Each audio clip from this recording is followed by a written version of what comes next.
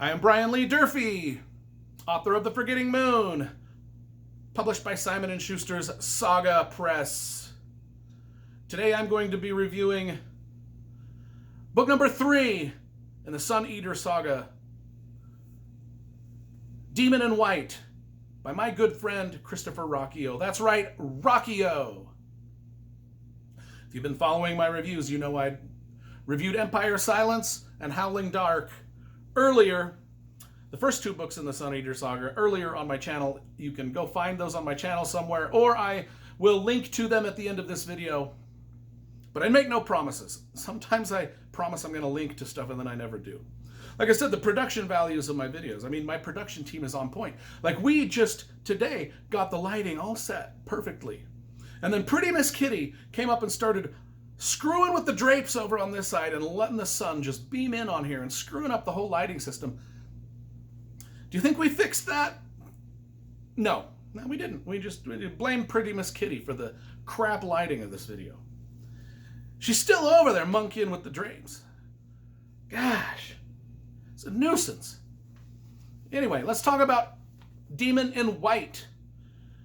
You know, this whole Sun Eater saga, man, if you're looking for the best science fiction, space opera, epic fantasy, even horror, if you're looking for all of that combined, you can do no better than the Sun Eater saga by Chris Ruocchio.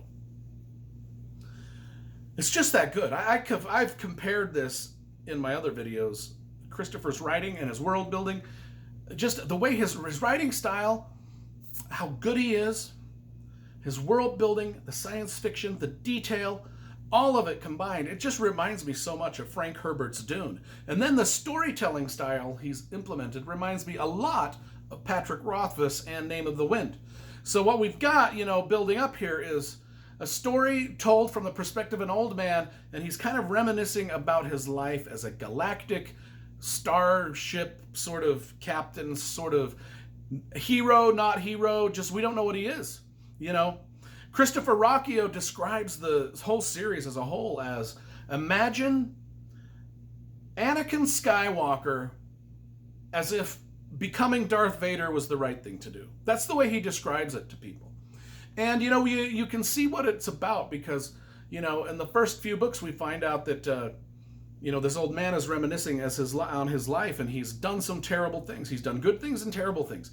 He's the Sun Eater. He's the destroyer of suns. He's the destroyer. He's the king killer. He's all that, and he's reminiscing on his life, trying to find out if he's a bit of a good person or a bad person. Was he Darth Vader, or was he on the good side of the Force or the light side? I mean, or the dark side of the Force. That's kind of that's the setup. That's why I kind of compare it to a mashup of Pat Rothfuss' Name of the Wind and Frank Herbert's Dune. Because we've got all that. We've got the world building, the space opera, the action adventure, told from an old man's perspective as he reminisces back. And in the third book, you know, with the first book, we're dealing with his younger years. He gets a little older. He's going on these adventures. We know the name of the alien race that he eventually wipes out, destroys them all. We know the name. He's interacting with them. The stakes are getting higher. You know, our main protagonist, or maybe he's the antagonist at the end. We don't know. Hadrian, you know, this is the middle of his adventure. You know, he's becoming a renowned warrior, a scholar, an adventurer. He's gaining galaxy-wide fame for the stuff he's starting to do. He's marching towards, his destiny, his destructive destiny, his dark destiny. But he's got these people that are with him that are his buddies and friends, and he's loyal to them. And he's got this band of adventurers, and they go and they meet and they run into some crazy stuff. You know, the Sealson are from the very get-go of book 1, we find out it's the Sealson alien race is the race that he ends up destroying. And he's interacting with this race now, and, you know, just they're bad, and at the moment they're just destructive. They want to take over the galaxy as much as everybody. I mean, it's just, you know how it is. You know how space opera is. Everybody's vying to take over the galaxy, to be the people, to not become extinct. And, you know, it's just full of cool things. It's full of so many cool elements.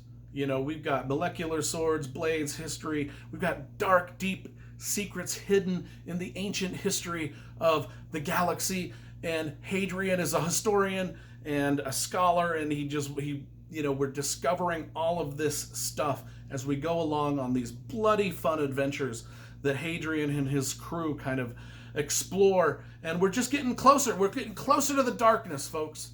We're getting closer to our good guy turning into the bad guy. And you can sense it coming because, he's making darker decisions. It's just, and then the ending. He always ends, Christopher always ends with just something that makes me go, what? What did I just read? What am I just reading? And I can't wait to get to the next one. So anyway, I've gushed on and on. I've got 3 videos of me gushing about this series. You don't understand by now.